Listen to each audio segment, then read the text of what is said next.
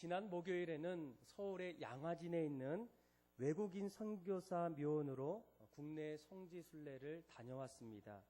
이곳은 417명의 외국인들, 특별히 145명이 선교사와 그리고 그의 가족들이 묻혀진 아주 숭고한 그런 자리였습니다.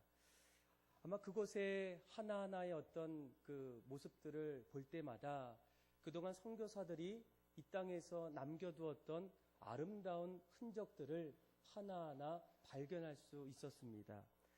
조선인보다 조선을 더욱더 사랑했던 선교사 제임스 게일, 또 환자를 돌보다가 결국 자신마저도 이질에 걸려서 순교했던 존 헤론, 조선의 문이 열리면 자신이 모았던 작은 돈이지만 꼭 써달라고 부탁하면서 결국 선교사로 왔던 스크랜턴, 또 아버지 부부에서 아들 부부로 선교사의 길을 걸어갔던 수많은 선교사들의 신앙의 흔적들을 볼 수가 있었어요. 그런데 이 신앙의 어떤 순례들을 하나하나 보고 나서 한 집사님이 저에게 이런 이야기를 하시더라고요. 목사님, 보셨죠? 아셨죠? 뭐를 보고 뭐를 아십니까? 그분이 저에게 이런 얘기를 해요.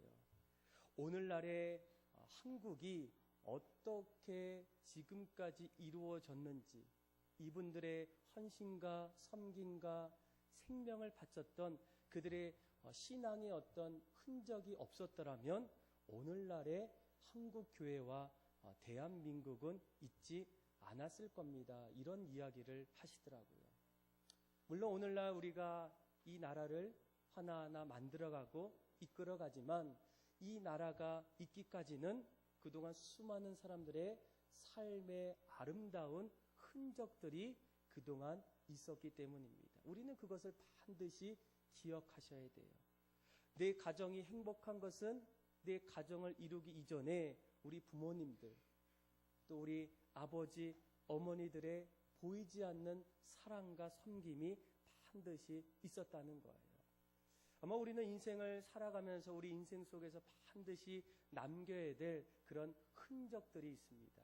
그런데 그 흔적이 오늘 함께 나눴던 말씀처럼 아름다운 흔적, 또 인생에 가치 있는 흔적을 남겨야 되지 않겠습니까? 오늘 우리가 읽었던 사도행전의 말씀은 사도 바울의 삶의 전도 여행을 소개하게 됩니다. 그런데 이 사도 바울의 신앙과 삶을 보게 되면 그는 그의 삶 속에서 날마다 신앙의 아름다운 흔적들을 남겼다는 거예요. 사도 바울은 첫째는 그는 모범적인 신앙인이었고 또한 복음 증거자였습니다. 어떻게 하나님 믿고 예수님 믿고 살아가야 될지 그의 삶의 자리에 신앙의 어떤 흔적 속에서 아름답게 발견되게 됩니다. 만나는 사람들마다, 함께하는 사람들마다 늘 자신은 예수의 흔적이다. 복음을 전하고 날마다 기쁨으로 예수님을 위해서 살아갔던 사도 바울. 또 그는 신학자였고 성경을 아주 기록했던 사람이었어요. 우리가 신약을 이렇게 마태복음부터 계시록까지 보게 되면 27권의 말씀 가운데 무려 12권을 사도 바울이 성령의 감동을 통해서 그의 인생의 자리에 적었다는 거예요. 그리고 사도 바울은 이 땅에서 처음으로 그동안 복음은 유대인들에게 전해졌던 그 복음이 그래서 베드로를 유대인의 지도자다, 유대인의 선교사다 이렇게 불렸지만 사도 바울을 이제는 더 이상 이방 선교의 복음 증거자로 선교자로 불렸던 사람이 바로 사도 바울이라는 거예요. 그의 인생의 삶에는 아름다운 흔적이 남겨 있고 또 그의 모습 속에는 하나님 앞에 기쁨이 되는 신앙의 발자취들을 종종 찾아볼 수 있다라는 거예요. 우리가 이 땅을 살아갈 때 우리도 역시 신앙의 삶의 자리에는 흔적들을 남기게 된다는 거예요. 10년, 20년 삶의 여정에는 반드시 내가 남겨야 될 발자취들이 있다라는 거예요. 그런데 그 발자취, 신앙의 흔적들을 어떤 것으로 남기기를 원하십니까? 오늘 사도 바울을 말씀을 통해서 우리도 사도 바울처럼 이왕이면 우리의 신앙의 자리에서 아름다운 신앙의 흔적들을 어떻게 하면 남길 수 있을까? 또 믿음의 길이 하나님이 기뻐하시는 신앙의 발자취를 걸어갈 수 있는 그런 비결이 있다면 도대체 무엇일까? 오늘 말씀을 통해서 한번 같이 배우기를 원합니다. 첫 번째로 말씀을 잘 보시면 이 사도 바울의 삶의 자리에는 그의 인생 속에서 분별 있는 인생으로 살아갔다는 거예요. 오늘 말씀은 사도 바울이 1차 전도여행, 2차 전도여행, 그리고 3차 전도여행을 다 마치고 나서 성령의 인도하심을 따라서 예루살렘으로 바삐 돌아가는 그런 여정의 과정이에요. 그런데 참 신기한 것은 그가 이제 빨리 예루살렘으로 돌아가야 되는데 그때마다 사람들이 사도 바울에게 가지 말라는 거예요. 예루살렘으로 가서는 안 된다는 거예요. 우리 한번 4절의 말씀 같이 한번 읽어보도록 하겠습니다. 아마 1절에서 3절까지는 예루살렘으로 가기 위해서 그가 거쳤던 그런 장소를 얘기해요. 작별하고 배를 타고 1절에 보면 배를 타고 바로 고스로 가서 이튿날 로도에 이르러 거기서 바다로 가서 2절, 3절은 예루살렘으로 가기 위한 그런 여정입니다. 그리고 나서 4절에 그가 만났던 사람들의 어떤 이야기를 들어요. 우리 한번 4절의 말씀 같이 한번 읽겠습니다. 시작. 제자들을 찾아 바울더러 예루살렘에 들어가지 말라 하더라. 아멘. 자, 사도 바울은 성령님의 말씀을 따라서 지금 어디를 가고 있다고요? 예루살렘을 가고 있어요. 그런데 자신이 그 중간에 만났던 사람들이 자기에게 뭐라고 얘기합니까? 예루살렘으로 가지 말라는 거예요. 그런데 우리가 성경을 잘 보지 않으면 한 가지 의문점이 들 수밖에 없는 게 4절 말씀에 가지 말라고 했던 사람들의 어떤 이야기 속에는 그들도 뭐라고 이야기하며 가지 말라고 합니까? 성령의 감동으로 사도 바울이 가지 말라는 거예요. 사도 바울은 예루살렘에 가는 이유는 내가 성령께서 나를 그곳에 인도해 주셨기 때문에 나는 그곳에 간다라고 얘기해서 가고 있는데 또 다른 곳에서는 또 다른 사람들이 성령의 감동으로 가서는 안 된다고 이렇게 말을 하고 있으니 도대체 누구의 말이 진짜의 말이겠습니까? 어쩌면 우리가 오늘 이 말씀을 그냥 지나치다 보면 누가 한쪽이 거짓말할 수도 있고 아니면 둘 중에 한 사람이 이단일 수도 있다는 거예요. 똑같은 성령 안에서 다른 이야기를 하고 있다는 거예요. 여러분, 무엇이 다르겠습니까? 왜 우리가 보통 똑같은 상황 속에서 다른 반응을 한 적이 있지는 않습니까? 문제는 바로 해석의 차이라는 거예요.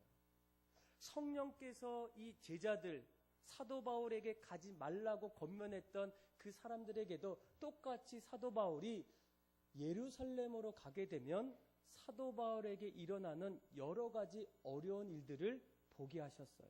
자, 우리 한번 확인해 볼까요? 자, 우리 한번 11절에서 우리 12절의 말씀을 우리 같이 한번 읽어보겠습니다. 같이 한번 읽겠습니다. 시작. 우리에게 와서 바울의 띠를 가져다가 자기 수족을 잡아매고 말하기를 성령이 말씀하시되 예루살렘에서 유대인이 이같이 이 띠임을 결박하여 이방인의 손에 넘겨지리라 하거늘 우리가 그 말을 듣고 그곳 사람들과 더불어 바울에게 예루살렘으로 올라가지 말라 권하니. 아멘. 자, 이들도 성령을 통해서 사도 바울이 예루살렘에 가게 되면 어려움이 일어나는 일들을 알게 되었어요. 그런데 중요한 것은 사도 바울은 예루살렘에 가게 됐을 때 이런 일들이 일어나는 그 자리에서 반응하는 사람들의 모습이 각각 달랐다는 거예요. 사도 바울은 그럼에도 불구하고 가야 된다는 거예요. 그리고 또 다른 사람들은 그런 일들이 일어나기 때문에 가서는 안 된다는 거예요. 똑같은 상황에서 서로 다른 어떤 반응과 결과는 바로 해석의 차이라는 거예요. 다시 말하면 이 부분이 바로 우리가 삶의 분별력이라고 말합니다. 여러분, 이 분별력은 옳고 그름을 판단해서 행동하는 것을 말하게 돼요. 그런데 우리가 보통 이 분별력에 있어서도 이 분별력엔 그 설명할 때 미숙함과 그리고 장성함으로 이 분별력을 설명합니다. 여러분, 이 미숙한 사람들은 어떤 사람이겠습니까? 분별력이 약한 사람들이에요. 그래서 이러한 사람들은 어떤 일이 일어날 때에 유혹에 빠지기 쉽습니다. 어떤 일이 있을 때 쉽게 흔들려요. 전체를 보기보다는 부분적인 것에 대해 마음이 흔들릴 때가 있어요. 그래서 성경은 이런 사람들을 교훈의 풍조에 밀려 요동한다, 이렇게 얘기해요. 그래서 올라갔다 내려갔다 하는 어떤 신앙의 어떤 인생의 어떤 사이클의 기복이 크다는 거예요. 똑같은 일인데 어떨 때는 감정과 어떨 때는 마음의 어떤 요동으로 인해서 똑같은 일임에도 불구하고 이랬다 저랬다 한다는 거예요. 그래서 뿌리가 깊지 못하여 자꾸 흔들리거나 실수하는 사람들을 바로 이 미숙한 사람이다, 이렇게 주로 얘기해요. 그러니까 분별력이 작은 사람들입니다. 그런데 이 분별력이 강한 사람, 장성한 사람들은 어떤 사람이에요? 지혜로운 사람입니다. 무엇을 말하느냐, 어떻게 말하느냐, 또 언제 말하느냐를 정확히 알 수 있는 사람이에요. 어떤 상황 속에서도 감정보다는 이성으로, 또 이성이 필요한 그 자리에서는 이성 뒤에 감정을 가지고 균형 있게 말하는 사람들, 장성한 사람들, 이 분별력이 높은 사람들입니다. 여러분, 왜 이 분별력이 중요하겠습니까? 미숙한 사람들은 헷갈려요. 오늘 우리가 말씀을 들을 때 은혜를 받아요. 좋은 말씀을 들을 수가 있어요. 그런데 만약 내 감정이 오늘 기분이 너무 안 좋으면 아무리 좋은 말씀도 이 미숙한 사람들에게는 그 말씀이 흔들릴 수밖에 없다는 거예요. 그래서 우리가 신앙의 삶을 걸어갈 때, 인생을 살아갈 때 이 분별력을 점점 가지고 살아가는 것이 얼마나 중요한지를 오늘 말씀을 통해서 깨닫게 된다는 거예요. 그러면 도대체 어떤 것을 우리가 분별해야 될까? 몇 가지가 있어요. 가장 먼저는 바로 하나님의 뜻을 분별하는 겁니다. 우리 한번 로마서 12장 1절, 2절 말씀을 우리 화면을 좀 보면 같이 한번 읽어보겠습니다. 시작. 그러므로 형제들아, 내가 하나님의 모든 자비하심으로 너희를 권하노니 너희 몸을 하나님이 기뻐하시는 거룩한 산 제물로 드리라. 이는 너희가 드릴 영적 예배니라. 너희는 이 세대를 본받지 말고 오직 마음을 새롭게 함으로 변화를 받아 하나님의 선하시고 기뻐하시고 온전하신 뜻이 무엇인지를 분별하도록 하라. 아멘. 여러분, 우리가 어떻게 살라고요? 하나님이 기뻐하시는 것이 무엇인지, 하나님이 원하신 것이 무엇인지를 분별하면서 살라는 거예요. 왜 우리는 이 땅을 살아갈 때 하나님이 기뻐하는 일, 하나님이 원하시는 일들을 해야 되겠습니까? 우리는 하나님의 사람들이기 때문이에요. 하나님이 죄 많은 우리를 이 땅에서 예수님을 통해 구원해 주셨고, 죄 많은 우리를 십자가에서 구원함을 통해서 새 생명을 얻게 하신 하나님의 은혜 앞에 이제는 거듭난 인생으로 살아가기 때문에 하나님의 자녀가 되었어요. 하나님의 뜻대로 하는 것은 우리의 아버지가 살아계신 하나님이시기 때문이에요. 그래서 사도행전에 뭐라고 얘기합니까? 로마서는 뭐라고 얘기해요? 너희는 이 세대를 본받지 말고 하나님이 원하시고 하나님이 선하시고 하나님이 뜻하신 바가 무엇인지를 분별하도록 하라. 하나님의 기쁨으로 살라는 거예요. 그런데 어떤 분들은 늘 이런 이야기를 할 때가 있어요. 정말 내가 하나님의 뜻을 알게 되면 그 뜻대로 살고 싶은데 그 뜻을 모른다는 거예요. 알 수가 없다는 거예요. 왜 알 수 없을까요? 거기에는 우리가 갖고 있는 어쩜 신앙의 오해들이 있어요. 여러분, 어떤 분들은 이 신앙생활할 때 이 신앙이 날마다 신앙을 갖게 되면 어려움도 없고 환난도 없고 편안하고 형통한 삶이 신앙이라고 생각해요. 그러다 보면 하나님께서 우리에게 고난을 주시고 어려움을 주실 때 그것을 분명히 하나님의 뜻으로 보여주시지만 그때에도 내 마음은 혼란스러울 수밖에 없어요. 아닌가 보다. 아닐 거야. 그러면서 하나님의 뜻이 보여줌에도 불구하고 그것을 그냥 지나칠 때가 있다는 거예요. 그래서 여러분, 우리가 날마다 삶의 자리에서 신앙의 여정을 걸어갈 때 가장 먼저 우리가 가져야 될 분별력은 하나님이 원하시고 하나님이 기뻐하시고 믿음의 성도들이 어떻게 살아가야 될지가 무엇인지를 이 세상의 풍조를 따르지 아니하고 진리의 길을 걸어갈 수 있는 하나님의 사람이 되어야 한다는 거예요. 그리고 또 한 가지 우리가 분별해야 될 것이 있어요. 선과 악을 분별하셔야 돼요. 우리 한번 히브리서 5장 14절 말씀인데 우리 화면을 또 한번 보고 같이 한번 읽어보겠습니다. 시작. 단단한 음식은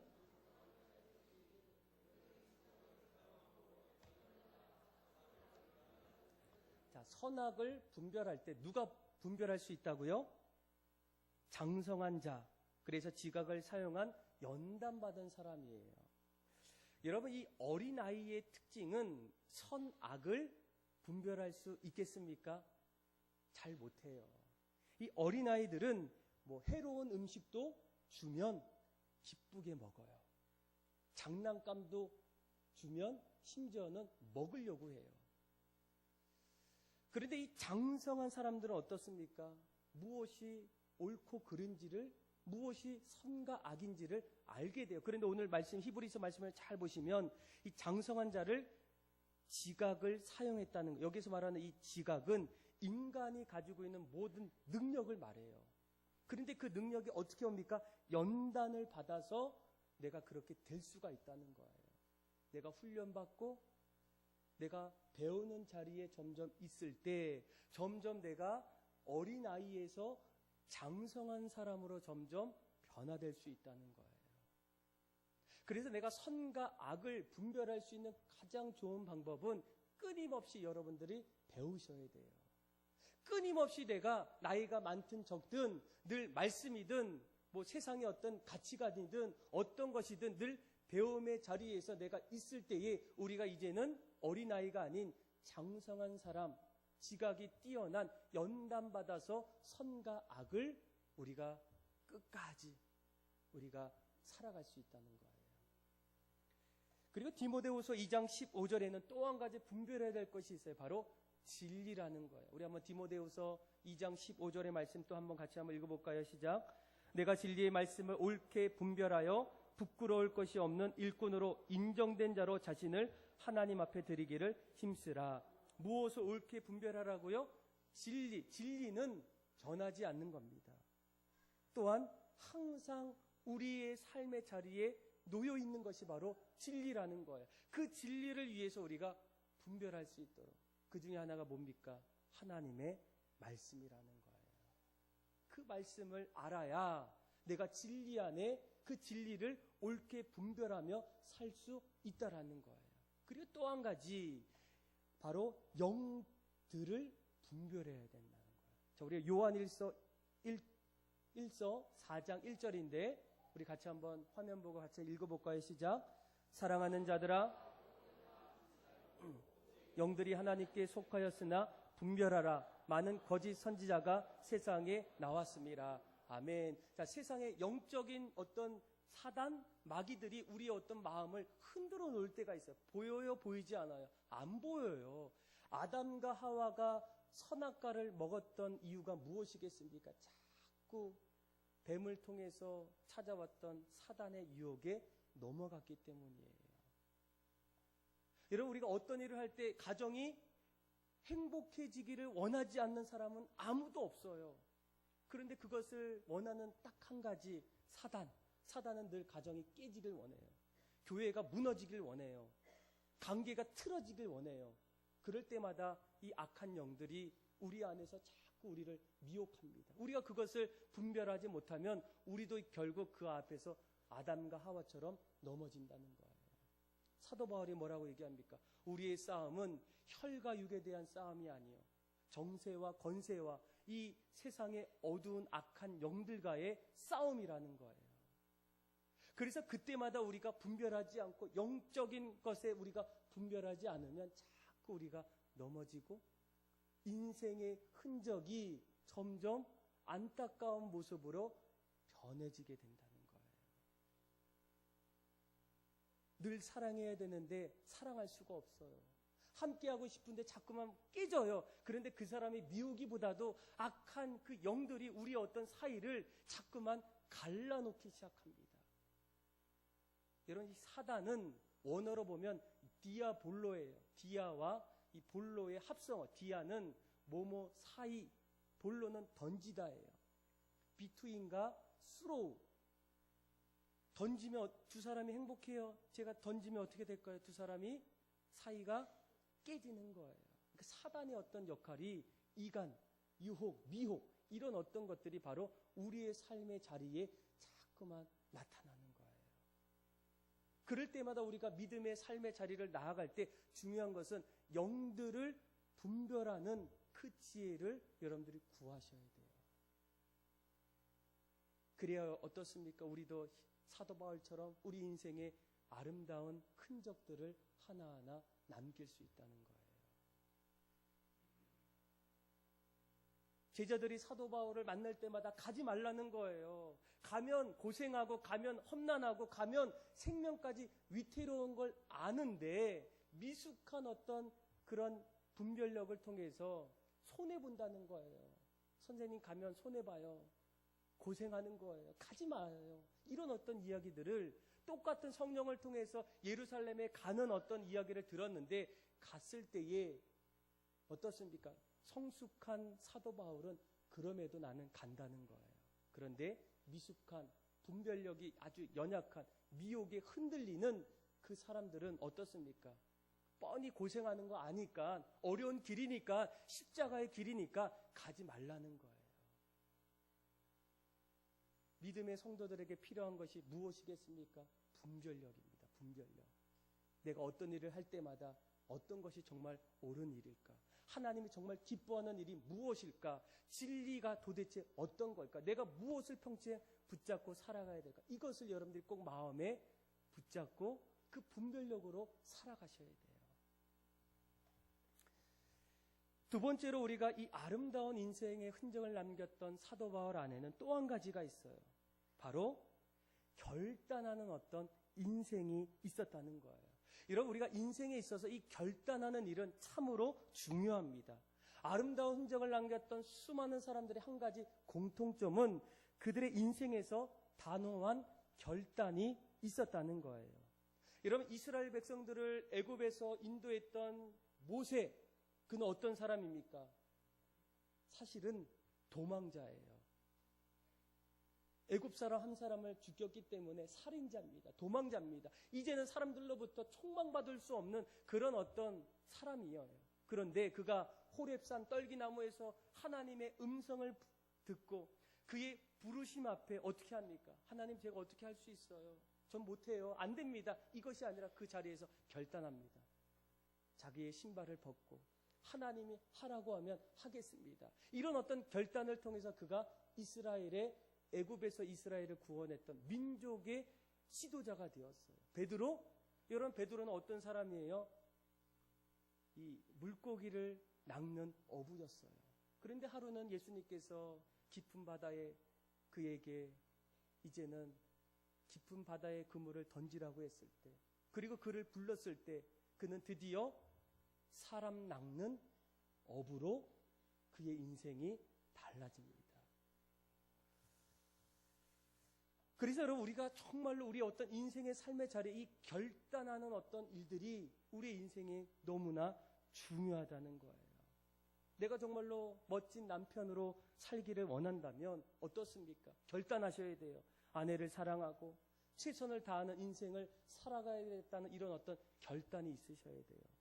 내가 정말로 사랑받는 아내 살고 싶다. 그러면 결단하셔야 돼요. 남편을 잘 사랑하고 자녀를 잘 세워주는 그런 어떤 결단. 내가 정말로 오늘날 이 땅에서 수많은 사람들 가운데에 믿음의 사람으로 살기를 원한다. 결단하셔야 돼요. 내가 기도하겠습니다. 앞으로 말씀 보겠습니다. 전도하겠습니다. 서로 사랑하겠습니다. 이런 어떤 결단이 없으면 내가 늘 지금처럼 이렇게 살 수밖에 없다라는 거예요. 여러분, 왜 사람들은 결단하는 것을 어려워하겠습니까? 이 결단 안에는 늘 마음에 어떤 두려움과 미련이 남게 돼요. 결단은 어떤 겁니까? 양쪽 중에 하나를 선택합니다. 새로운 것을 선택하자니 실패할까 두려운 거예요. 또 그 일을 하자니 지금까지 했던 일들이 너무나 아쉬운 거예요. 그러다 보니까 대부분의 사람들이 이 결단 앞에서 점점 마음을 돌리는 사람들이 많아지고 있다는 거예요. 그런데 오늘 말씀에 보면 이 사도 바울이 예루살렘으로 가야 되는데 자꾸만 만나는 사람들이 자기에게 이렇게 얘기하는 거예요. 가지 마세요. 가면 위험합니다. 어쩌면 생명까지 위태로워요. 그냥 우리와 함께 있으세요. 이렇게 얘기해요. 그런데 그때에 사도 바울이 그럼에도 불구하고 예루살렘으로 떠나요. 그 이유가 무엇이겠습니까? 우리 한번 21장 13절 14절의 말씀을 같이 한번 사도 바울이 어떤 마음을 가졌는지를 한번 같이 한번 보기를 원해요. 같이 한번 읽겠습니다. 시작. 바울이 대답하되 여러분이 어찌하여 울어 내 마음을 상하게 하느냐? 나는 주 예수의 이름을 위하여 결박당할 뿐 아니라 예루살렘에서 죽을 것도 각오하였노라 하니 그가 권함을 받지 아니하므로 우리가 주의 뜻대로 이루어지이다 하고 그쳤노라. 아멘. 자, 14절에 그가 그런 이야기를 들었지만 권함을 받지 않았다는 거. 나는 가야 된다는 거야. 그런데 왜 가야 됩니까? 13절에 나는 예수의 이름을 위하여 결박당할 뿐만 아니라 예루살렘에서 어떤 것을 했다고요? 죽을 것도 각오했다는 거예요. 결단했다는 거예요. 이런 각오가 있기 때문에 어려운 일이지만 쉽지 않은 일이지만 어쩌면 내 생명이 죽을 것 같은 어떤 그런 삶의 자리이지만 나는 결단했기 때문에 각오했기 때문에 여러분 이 각오는 무엇을 얘기합니까? 어려움에 대해서 단단한 어떤 마음의 준비를 하는 것을 얘기해요. 그래서 만약 우리가 신앙에 있어서도 늘 외치는 것이 무엇이겠습니까? 우리가 정말 일사가고 일평생 내가 이런 어떤 결단이 있을 때 우리의 신앙이 바뀔 수 있다는 거예요. 변화될 수 있다는 거예요. 교회가 다시금 새롭게 부흥할 수 있는 어떤 그 자리에는 무엇이 필요합니까? 우리들의 어떤 하나님 앞에서의 결단이 필요하다는 거예요. 아마 여러분들 마음속에 아직 결단해야 되지만 아직도 미루고 안절부절 못하면서 해야 되는데 아직 결단하지 못한 여러 가지가 있을 거예요. 저는 오늘 이후로부터 기도할 때 하나님 결단하겠습니다. 가정을 위해서 결단하고 직장을 위해서 결단하고 교회를 위해서 결단하고 이 나라와 민족을 위해서 결단할 때 하나님 우리 인생이 날마다 아름다운 흔적으로 남길 수 있는 그런 여러분들의 모든 삶이 다 되기를 주님의 이름으로 축복합니다. 여러분 아름다운 인생을 살았던 사람들 그들의 흔적 속에는 반드시 분별하는 어떤 인생이 있었어요. 다 할 수는 없습니다. 다 하고 싶은데 어떤 것은 포기해야 돼요. 어떤 것은 내려놔야 돼요. 무엇부터 해야 되는 어떤 분별력이 우리의 인생에 있어야 한다는 거예요. 다 할 수 없습니다. 내가 남들처럼 다 쓰고 남들처럼 다 놀러가고 남들처럼 다 쉬면서 무언가를 아름다운 흔적을 남길 수 있다는 것은 어불성설이에요. 도저히 있을 수가 없는 거예요. 사도 바울은 늘 마음속에 늘 무엇을 갖고 있습니까? 늘 신앙의 분별력을 갖고 있었어요. 그리고 또 한 가지는 그런 분별력이 있다면 이제는 결단하셔야 돼요. 결단. 돌아가셔야 돼요. 새롭게 일어나셔야 돼요. 이제는 무언가 새로운 일들에 대해서 마음의 각오를 단단히 하셔야 돼요. 그리고 또 한 가지 있어요. 아주 중요한 거예요. 실천하는 인생입니다. 아주 재미있는 이야기 속에 어느 날 햇살 뜨거운 어느 날 오후에 이 개구리 3마리가 있었어요. 그런데 이 개구리 3마리가 강가에서 유유히 흘러가는 그 나뭇잎 위에 3마리가 함께 그 위에 섰어요. 서로 이런저런 이야기를 하게 됩니다. 야, 저 자연 봐라. 얼마나 좋냐. 참 이쁘다. 늘 이대로 살고 싶다. 이런저런 얘기를 하다가 갑자기 한 마리의 개구리가 이런 얘기를 합니다. 너무 더운 거예요. 아, 너무 덥다. 안 되겠다. 나 물속으로 뛰어들어야 되겠다. 이 다른 개구리들이 그저 묵묵히 고개를 끄덕였어요. 자, 그러면 이제 이 나뭇잎 위에는 몇 마리의 개구리가 남았겠습니까? 아주 보통의 사람들의 대답은 당연히 2마리예요.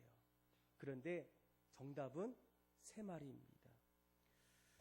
여러분, 이 뛰어들겠다는 결심과 정말 뛰어드는 실천은 별개의 문제라는 거예요. 개구리는 뛰어들겠다는 결심만 했지 실천은 하지 않았다는 거예요. 그래서 어쩌면 여전히 머리를 극적이며 남아있을 수도 있다라는 겁니다. 그런데 여러분, 우리의 어떤 삶이 그런 삶의 모습이 너무나 많지 않습니까? 우리는 늘 우리 인생을 위해서 뛰어 들어가겠노라. 내가 오늘 이제부터 우리 가정을 행복하게 만들겠노라. 내가 이제는 다이어트를 한번 열심히 해보겠노라. 그런데 지금도 보면 여전히 편안해 보이고 넉넉히 보여요. 그 이유가 무엇이겠습니까? 계획과 결단은 했는데 실천이 없는 거예요. 아마 이 담배 끊는 거 얼마나 어렵습니까? 그렇죠? 그런데 어느 날 제가 지나가다가 이 담배 끊는 어떤 문구를 봤는데 이런 문구가 있더라고요. 한 번의 실천이 반복된다면 반드시 성공할 수 있다.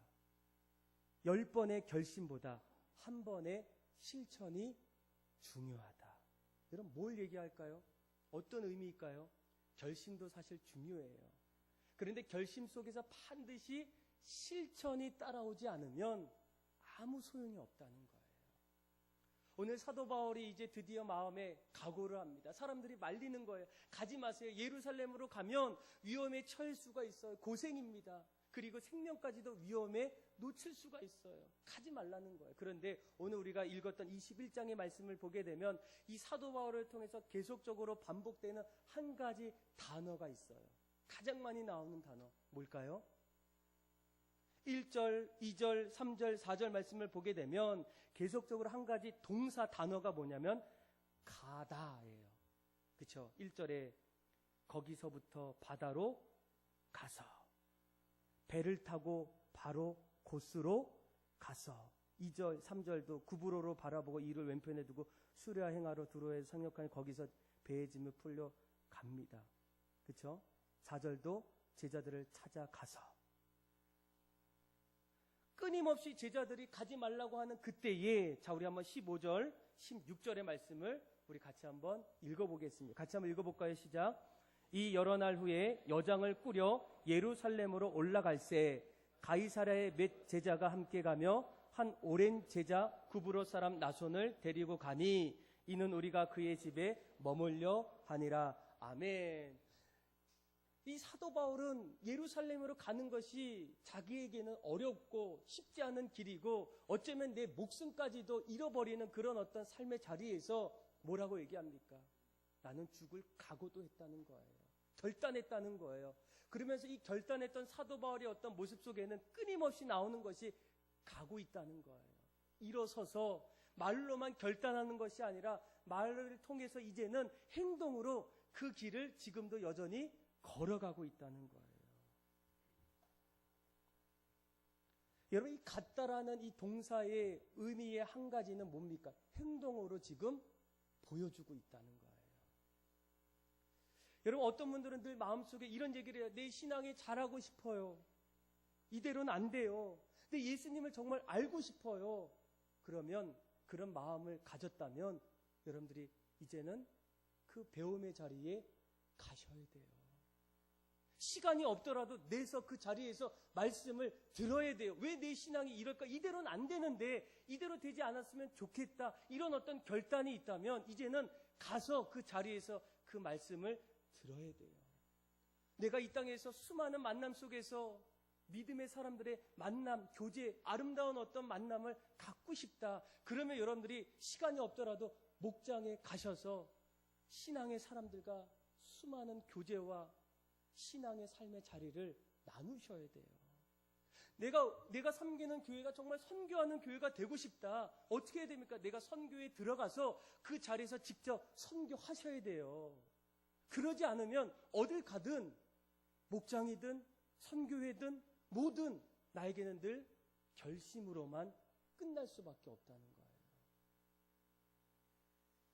내가 정말 예수님을 닮는 제자가 되고 싶다? 그러면 정말 그 예수님이 걸어가셨던 그 길에서 내가 예수님의 손과 발이 되어서 그 자리에 가야만 내가 예수님의 제자의 길을 걸어가는 거예요. 우리 아이들이 이제는 다음 세대의 신앙의 세대로, 믿음의 세대로 정말 되어주고 싶다. 그러면 그 교육부서에 가서 그 아이들을 신앙으로 돌보셔야 돼요. 마음만 누군가 하기, 이게 아니라는 겁니다. 신앙의 흔적을, 아름다운 흔적을 남겼던 사람들에게는 날마다 그 자리에는 어떤 대단한 각오도 있었지만 그 각오를 이룰 수 있는 어떤 실천적인 행동들이 있었다는 거예요. 사도 바울이 그러지 않습니까? 수많은 사람들이 만류에도 불구하고 지금 여장을 다 챙겨서 가는 거예요. 배를 타고 가고 걸어서도 가고 말을 타고 가는지는 잘 모르겠지만 가는 거예요. 우리가 정말로 다음 세대가 믿음의 세대로 잘 세워지기 위해서는 우리가 각오만 하셔는 안 돼요. 그 자리에 가셔야 돼요. 아이들이 점점 많아지고 있는 것도 좋은 일이지만 걱정이에요. 그 아이들을 돌볼 수 있는 교사들이 별로 없어요. 선교하고 싶은데 막상 선교하고자 하는 사람들이 별로 없어요. 목장에서 어떤 부흥을 원하지만 사실 목장에 관심이 없는 분들이 너무나 많아요. 이러면 그 안에서 아무런 일이 일어나지 않는다는 거예요. 사랑하는 믿음의 성도 여러분, 여러분들에게는 여러분들의 인생의 삶에 흔적들이 있습니다. 지금 남겨있는 것도 있고 앞으로 남겨져야 될 것도 있어요. 어떤 인생의 흔적들을 남기기를 싶습니까? 하나님, 우리도 사도 바울처럼 아름다운 인생의 흔적을 남기고 싶어요. 그러기 위해서 우리에게 필요한 것이 있다면 무엇이겠습니까? 일단은 분별하셔야 돼요. 분별. 무엇이 옳고 무엇이 아니고 어떤 것이 가장 좋은 일이고 어떤 일은 좋지만 내가 일단은 포기해도 괜찮은 어떤 것들이 있다면 그것을 먼저 스스로 분별하셔야 돼요. 인간은 다 모든 걸 할 수가 없습니다. 놀러 가고 쉬고 자고 편안하게 살면 그럼에도 불구하고 또 욕심은 많으셔요. 모든 걸 다 잘하기를 안 됩니다. 영들을 분별해야 되고 진리를 분별해야 되고 하나님이 기뻐하시는 것이 무엇인지를 먼저 분별할 때 내가 가야 될 그 길이 점점 생기는 거예요. 그리고 나서 결단하셔야 돼요. 그래, 내가 이 길을 걸어가야 되겠다. 나도 내 인생에 정말로 값지고 아름답고 우리 후손들에게도 내가 떳떳한 어떤 무언가를 남겨줄 수 있는 그런 어떤 삶을 위해서 내가 결단하자.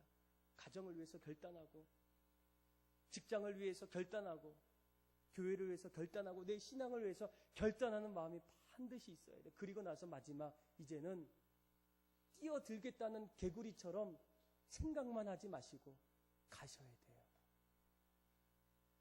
이제는 집으로도 가시고 교회로도 가시고 목장으로도 가시고 선교회로도 가시고 섬기는 곳에도 가셔서 그래서 정말로 우리의 인생이 날마다 아름다운 흔적을 남길 수 있는 그런 여러분들의 모든 삶이 다 되기를 주님의 이름으로 축복합니다.